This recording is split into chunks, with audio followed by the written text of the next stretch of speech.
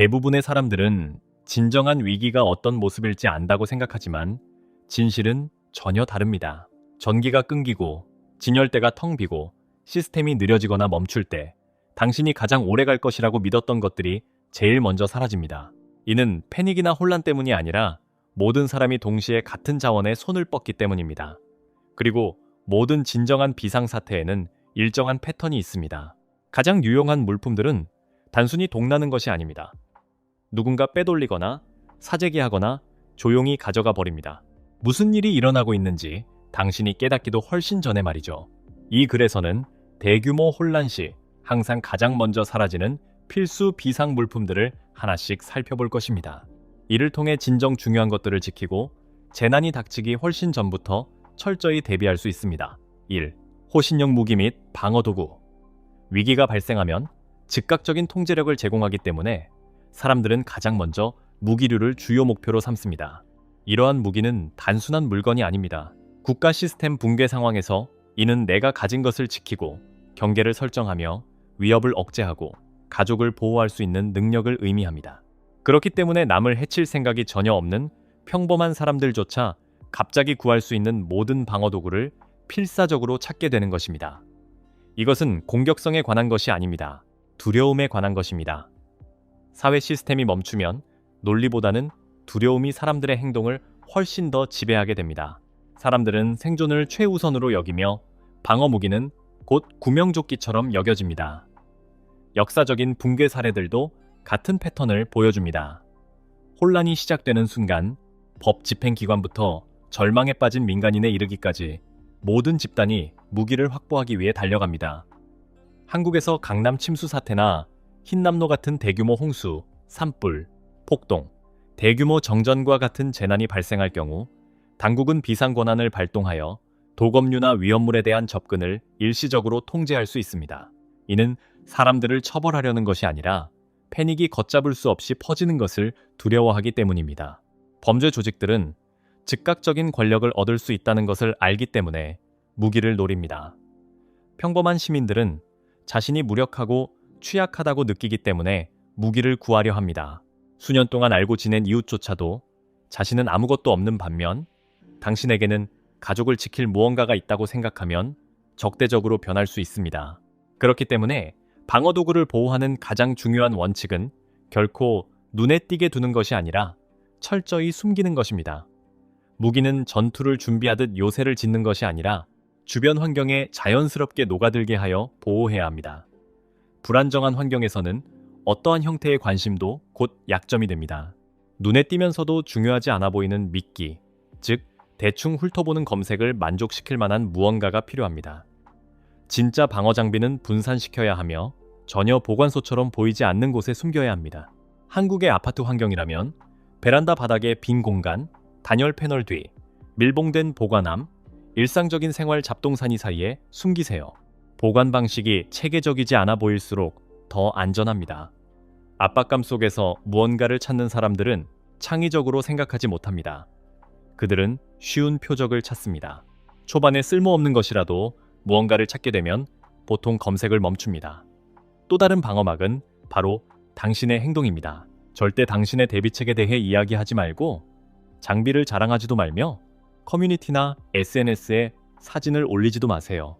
차나 옷에 방어 장비가 있음을 암시하는 어떠한 장식도 하지 마세요. 대부분의 도난과 압수는 위기 자체가 발생하기 훨씬 전부터 시작됩니다. 사람들은 수개월 혹은 수년 전에 본 것을 기억합니다. 위기 상황에서 남들보다 장비가 더 잘 갖춰진 것처럼 보이는 사람은 관심과 의심을 끌고 합리화된 도둑질의 표적이 됩니다. 가장 위험한 부분이 무엇일까요? 사람들은 자신들이 옳은 일을 하고 있다고 진심으로 믿는다는 것입니다. 그들은 자신의 자녀나 연로한 부모님에게 더 필요하다고 생각하기 때문에 당신의 것을 빼앗는 이유를 스스로 합리화합니다. 붕괴의 심리학에서 도덕성은 변질되고 물자의 부족은 사회적 계약을 파괴합니다. 무기를 보호하는 것은 누군가에게 저항하는 것에 관한 것이 아닙니다. 그것은 가져갈 가치가 있는 어떤 것도 누구의 눈에 띄지 않게 확실히 하는 것에 관한 것입니다. 당신에게 여분이 있다고 의심하지 않으면 그들은 더 이상 강요하지 않을 것입니다. 당신의 집이 그들의 집만큼이나 절망적으로 보인다면 당신은 표적 목록에서 제외됩니다. 목표는 간단합니다. 혼돈을 지배하는 것이 아니라 혼돈 속에서 살아남는 것입니다. 강해 보이려는 사람들은 갈등을 끌어들입니다. 평범해 보이는 사람들이 더 오래 살아남습니다. 2. 의료용품. 의료 시스템이 붕괴되면 사소한 건강 문제조차도 생명을 위협하는 상황으로 악화되기 때문에 의료용품은 값을 매길 수 없을 만큼 귀중해집니다. 단순한 감염이 치명적으로 변합니다. 치료받지 못한 열은 위기 상황으로 번집니다. 어제까지만 해도 견딜만 했던 통증이 참을 수 없는 고통이 됩니다. 그렇기 때문에 의약품 부족은 빠르게 패닉을 유발합니다. 동네 약국들은 몇 시간 만에 텅 비게 되지만 이는 범죄자들 때문이 아니라 도움이 될 만한 모든 것을 움켜쥐려는 평범한 시민들 때문입니다. 사람들은 그저 당장 필요한 것만 사지 않습니다. 나중에는 구하지 못할까 두려워 모든 것을 사재기 합니다. 그리고 혈압약이나 당뇨약 같은 처방약을 구할 수 없게 되면 가족들은 집, 병원, 버려진 건물들을 뒤지기 시작하고 결국 서로의 집까지 수색하게 됩니다. 당뇨병, 천식, 심장병, 불안장애 같은 만성질환은 긴급한 생존 문제로 직결됩니다. 어린 자녀나 연로한 부모님을 돌보는 사람들은 할 수 있는 한 모든 것을 확보해야 한다는 엄청난 압박감을 느낍니다. 이러한 감정적 절박함 때문에 의료용품은 가장 먼저 도난당하거나 빼앗기는 품목 중 하나가 됩니다. 많은 위기 상황에서 병원조차도 물자 유지를 위해 고군분투합니다. 의료진도 자신의 가족을 위해 조용히 약을 빼돌리기 시작합니다. 이것은 악의가 아니라 본능입니다. 시스템이 무너졌을 때 정상적인 공급망에 의존할 수도 없고 공정성을 기대해서도 안 됩니다. 의료용품을 보호하는 방법은 한 곳에 잠가두는 것이 아니라 여러 개의 미세한 은신처에 분산시키는 것입니다. 비상시를 대비해 차 안에 은신처를 하나 만들고 평소 매는 백팩에 작은 파우치를 넣고 공구함이나 반쟁고리, 평범한 라벨이 붙은 수납함처럼 전혀 관련 없어 보이는 곳들에 소량씩 숨겨두세요.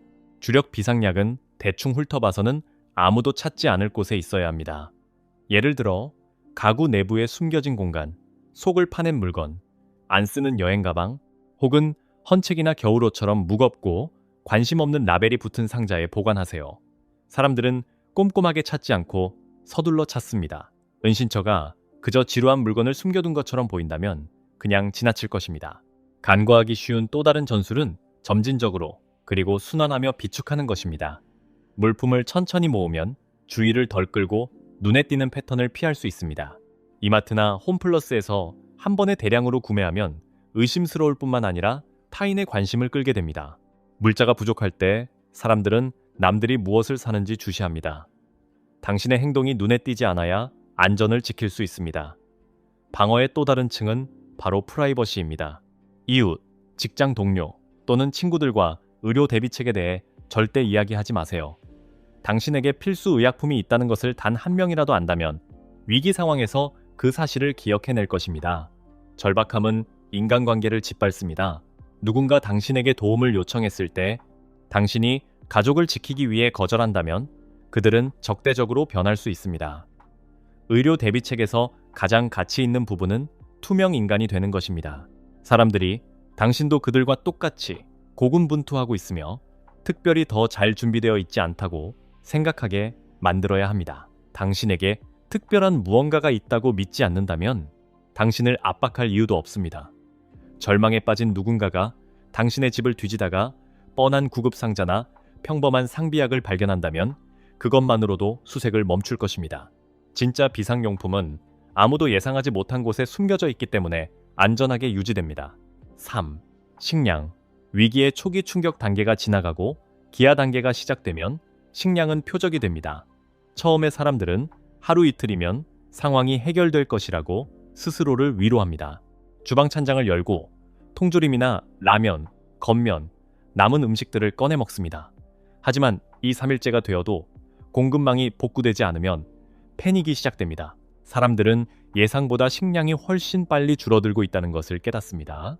동네 마트와 편의점은 몇 시간 만에 텅 비고 남은 것을 차지하기 위한 혼돈의 전쟁터가 됩니다. 줄은 길어지고 감정은 폭발하며 사람들은 꼭 필요해서가 아니라 놓칠까봐 두려워서 물건들을 마구잡이로 집어듭니다.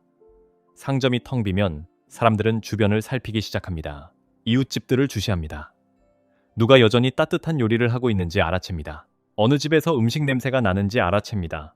모두가 두려워할 때 누가 차분해 보이는지 알아챕니다. 너무 잘 준비된 것처럼 보이는 사람은 누구든 표적이 됩니다. 다른 사람들이 악해서가 아니라 굶주림이 인내심과 논리, 자제력을 없애버리기 때문입니다. 굶주림은 인간이 경험할 수 있는 가장 강력한 심리적 압박 중 하나입니다. 이성적인 사람들을 무모한 위험 감수자로 만듭니다. 그러므로 유일하고 안전한 전략은 창의적이고 눈에 띄지 않는 방식으로 식량을 숨기는 것입니다. 평범해 보이는 주방 찬장이 다른 사람들이 볼 수 있는 전부여야 합니다. 진짜 비축 식량은 분산시켜야 합니다. 무거운 물건 뒤, 아무도 확인하지 않을 밀봉된 상자 속, 침대 밑, 소파 등받이 뒤, 베란다나 다용도실의 수납장, 그리고 관심 없는 라벨이 붙은 불투명한 보관함에 숨기세요. 작게 숨겨둔 식량들이 하나의 거대한 비축물보다 훨씬 효과적입니다. 누군가 쌀통이나 통조림 한 상자를 발견하면 그것이 전부일 거라고 짐작하고 수색을 멈추는 경우가 많습니다. 사람들은 식량이 여러 곳에 작게 나뉘어 숨겨져 있을 거라고는 거의 생각하지 않습니다. 하지만 가장 중요한 규칙은 무엇일까요? 당신의 식량 대비책에 대해 절대 말하지 마세요. 몇 년 전에 나누었던 순진한 대화조차 위기 상황에서는 다시 수면 위로 떠오를 수 있습니다. 사람들은 디테일을 기억합니다. 당신이 코스트코나 이마트 트레이더스에서 대량으로 물건을 사는지, 여분을 챙겨두는지, 비축하는 것을 좋아하는지 말입니다. 당시에는 무해해 보였던 정보가 나중에는 위험한 정보가 됩니다.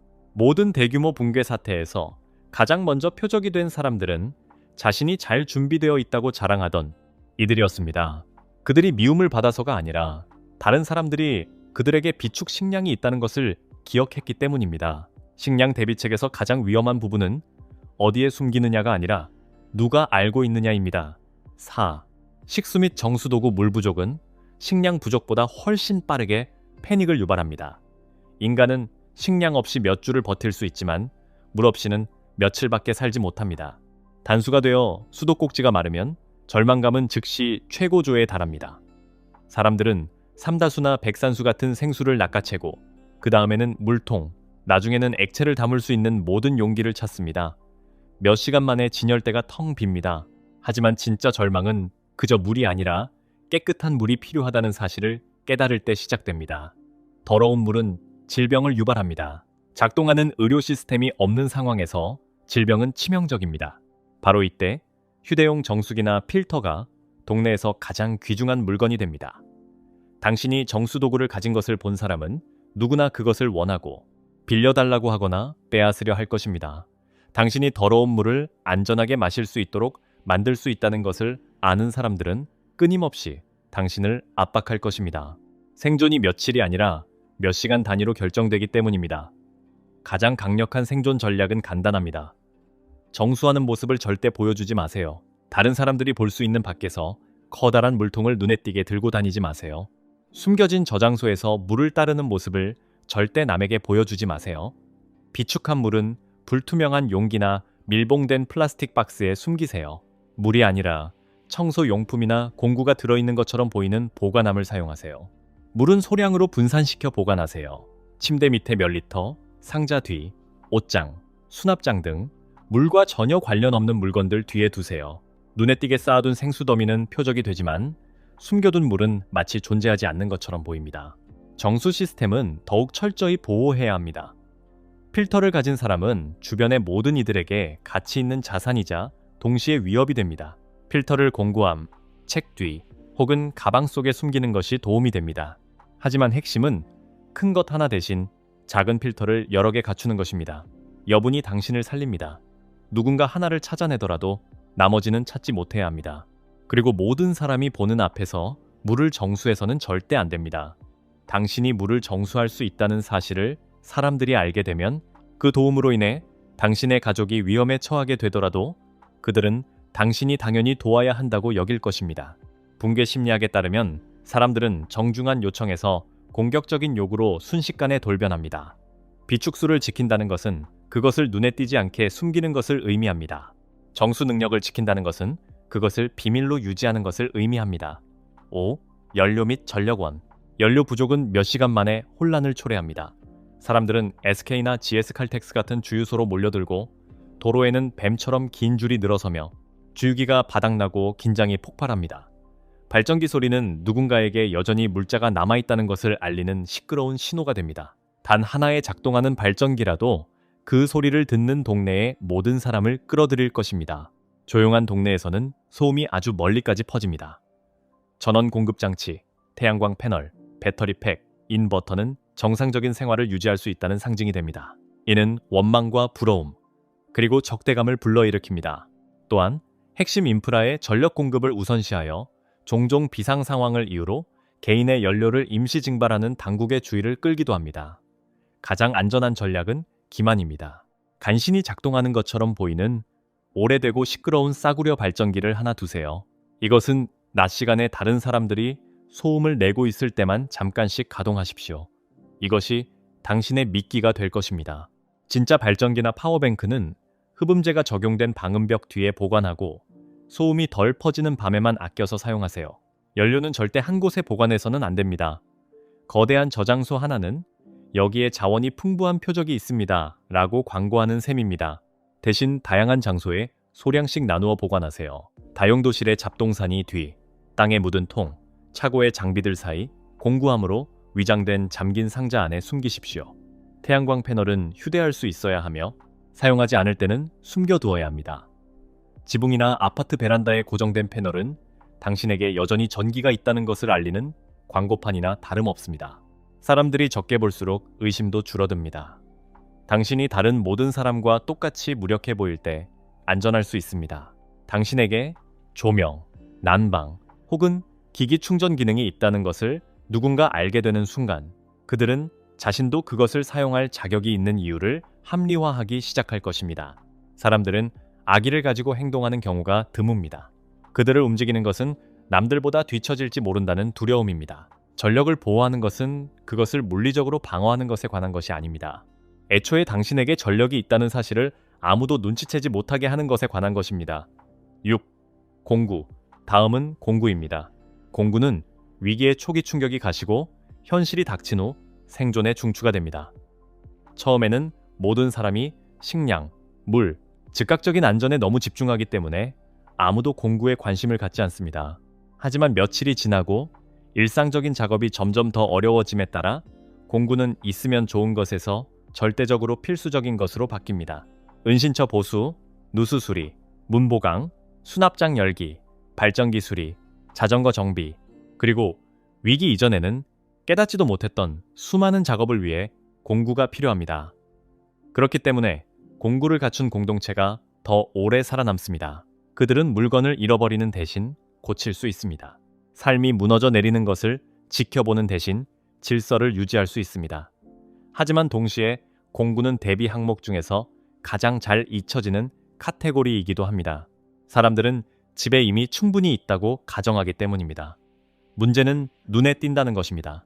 대부분의 가정은 눈에 잘 띄는 곳에 공구를 보관합니다. 차고, 작업실, 창고, 그리고 개방된 선반에 둡니다. 위기 상황에서 이곳들은 약탈자들이 가장 먼저 뒤지는 장소가 됩니다. 그들이 드라이버를 원해서가 아닙니다. 그들은 물리적 우위를 제공할 수 있는 어떤 것이든 원합니다. 렌치는 무기가 됩니다. 쇠지렛대 빠루는 침입 도구가 됩니다. 톱날은 절단 도구가 됩니다. 망치는 값을 매길 수 없는 귀중한 수리 도구가 됩니다. 사람들은 절박하게 필요해질 때까지 공구를 생존 장비로 생각하지 않습니다. 이는 곧 그들이 미리 준비해둔 사람들에게서 공구를 빼앗으려 할 것임을 의미합니다. 공구를 보호하려면 방어막 레이어이 필요합니다. 첫 번째 방어막은 미끼입니다. 다이소에서 산 싸구려나 녹슬고 낡은 공구들을 눈에 잘 띄는 곳에 두세요.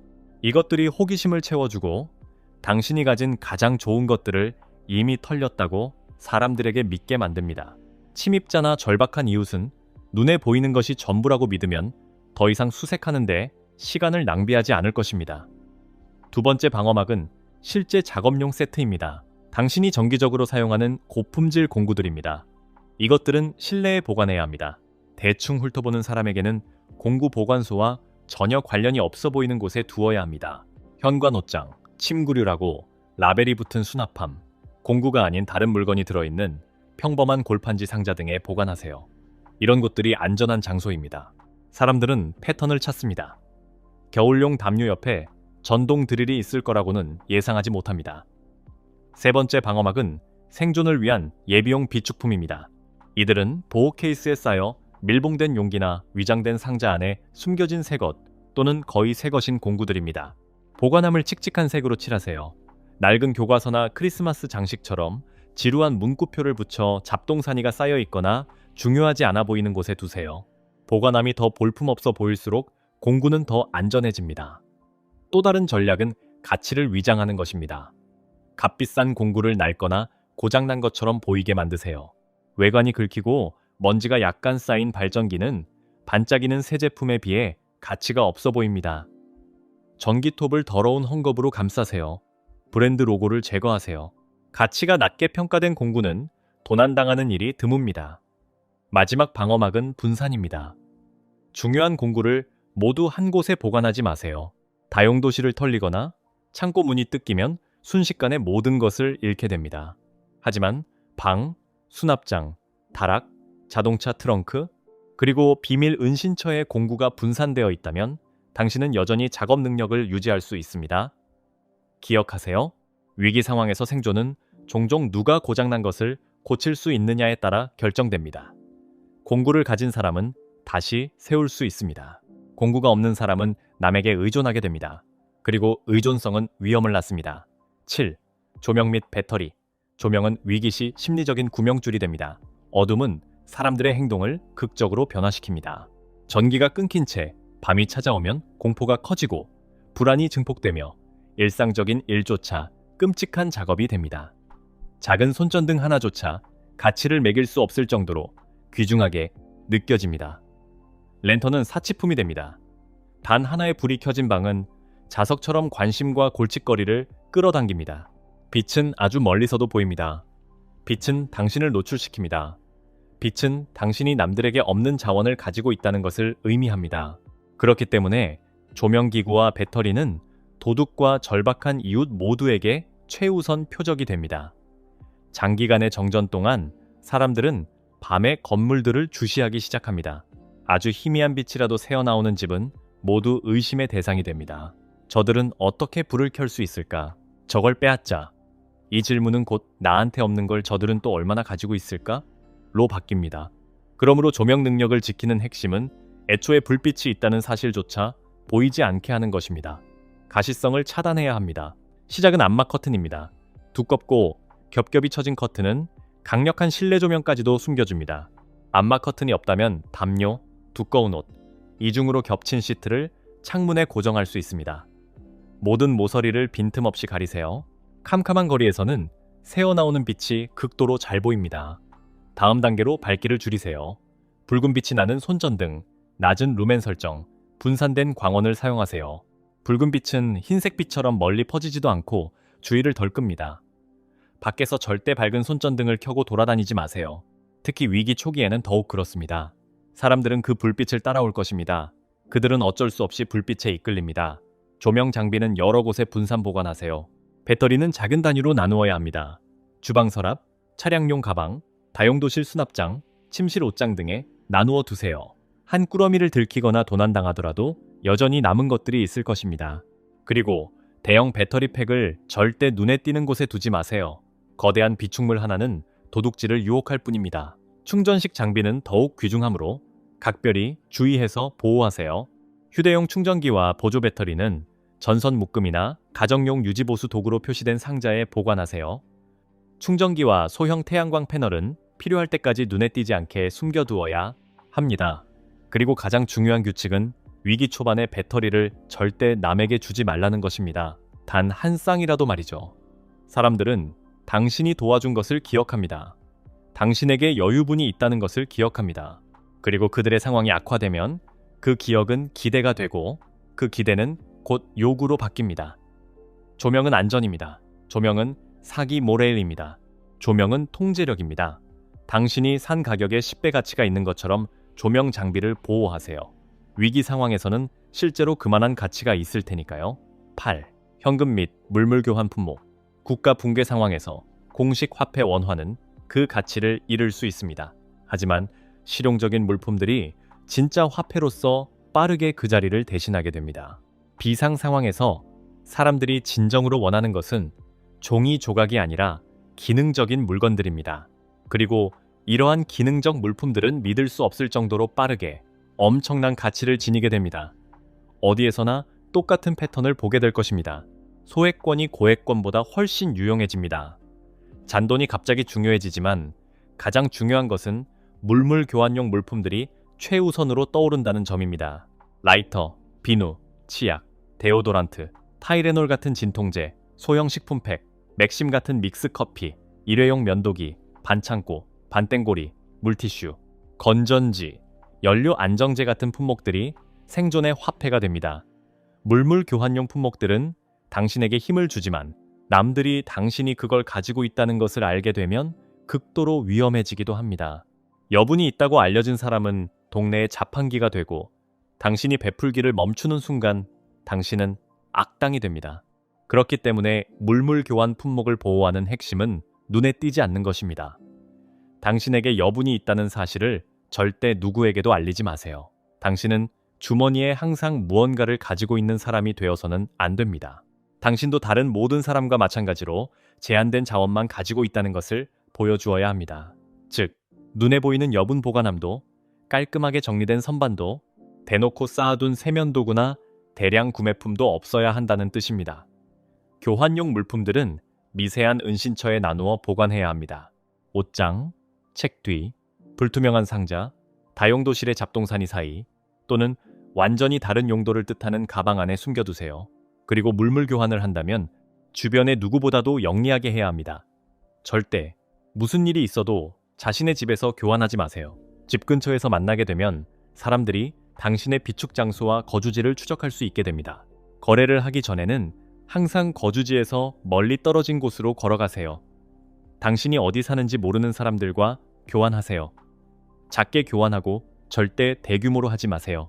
더 큰 비축물의 일부처럼 보이지 않는 물건들을 교환하세요. 당신에게 물건이 더 있을 거라고 누군가 의심한다면 당신의 교환품은 가치 자산이 아니라 위협으로 돌변합니다. 그리고 기억하세요. 붕괴 초기 며칠 동안은 현금이 여전히 중요합니다. 사람들은 반사적으로 현금을 신뢰합니다. 그들이 시스템은 더 이상 믿지 않을지 몰라도 통화라는 개념 자체는 믿기 때문입니다. 항상 소액권을 소지하세요. 5만원권이 아니라 1,000원권과 5,000원권 말입니다. 무너진 경제 속에서는 아무도 고액권을 거슬러 줄 수 없습니다. 그리고 현금도 항상 물물 교환 품목처럼 철저히 숨기세요. 세상이 무너지면 현금은 가치를 잃지만 물물 교환 품목은 실제적이고 만질 수 있는 필요를 충족시키기 때문에 가치가 상승합니다. 위생을 개선하고 편안함을 제공하며 통증을 완화하거나 즉각적인 유용성을 창출하는 품목들이 새로운 경제의 기반이 될 것입니다. 그것들을 지켜낼 수만 있다면 표적이 되지 않고도 협상에서 우위를 점할 수 있습니다. 하지만 사람들이 당신을 공급자로 인식하는 순간 자원을 다시 숨기는 것은 거의 불가능해집니다. 눈에 띄지 않는 것은 단순한 방어가 아니라 생존 그 자체입니다. 9. 통신 장비. 모든 위기 상황에서 정보는 가장 가치 있으면서도 위험한 자원 중 하나가 됩니다. 무슨 일이 일어나고 있는지, 어디서 벌어지는지, 상황이 어떻게 변하고 있는지를 아는 사람들은 엄청난 이점을 가집니다. 그렇기 때문에 혼란이 시작되는 즉시 통신 장비가 표적이 됩니다. 라디오, 무전기, 위성통신기기, 재난방송 라디오, 장거리 통신 장비. 이것들은 남들에게 없는 통찰력과 조율 능력을 당신에게 부여합니다. 건물, 동네 또는 공동체를 지배하려는 사람은 가장 먼저 통신을 통제하려 할 것입니다. 정보의 흐름을 통제하면 사람들의 행동을 통제할 수 있습니다. 그래서 통신 장비는 사람들이 생각하는 것보다 훨씬 더 자주 압수당하거나 도난당하고 징발됩니다. 그리고 다른 물품들과 달리 통신 장비에는 고유한 취약점이 있습니다. 바로 추적이 가능하다는 것입니다. 신호를 쫓을 수 있습니다.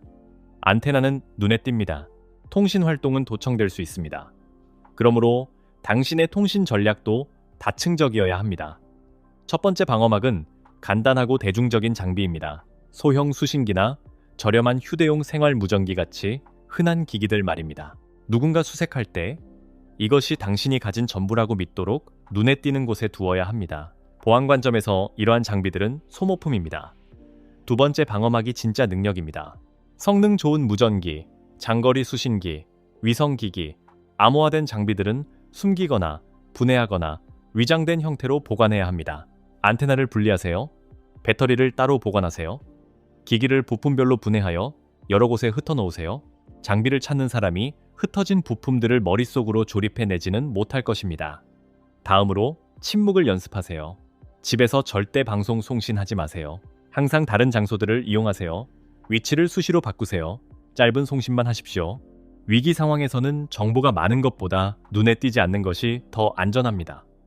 보안의 또 다른 층은 바로 지식입니다. 통신 장비가 필요해지기 전에 미리 작동법을 배워두어야 합니다. 압박감 속에서 프로그래밍이나 설정을 알아내려 하는 것은 거의 불가능합니다. 대비란 그저 장비를 소유하는 것뿐만 아니라 그것을 이해하는 것을 의미합니다. 통신 장비를 보호하는 것은 정보의 흐름 자체를 지키는 것을 의미합니다. 통신할 수 있는 사람은 가치 있는 존재가 됩니다. 하지만 위기 속에서 가치 있다는 것이 항상 안전함을 뜻하지는 않습니다. 당신이 원하는 것은 통신 능력이지 통신으로 인한 주목이 아닙니다. 10. 지식. 모든 것이 무너졌을 때 지식은 궁극적인 생존 통화가 됩니다. 식량은 동나고 건전지는 방전되며 공구는 부러지고 물은 마릅니다. 하지만 지식은 무한히 가치를 계속 창출해냅니다.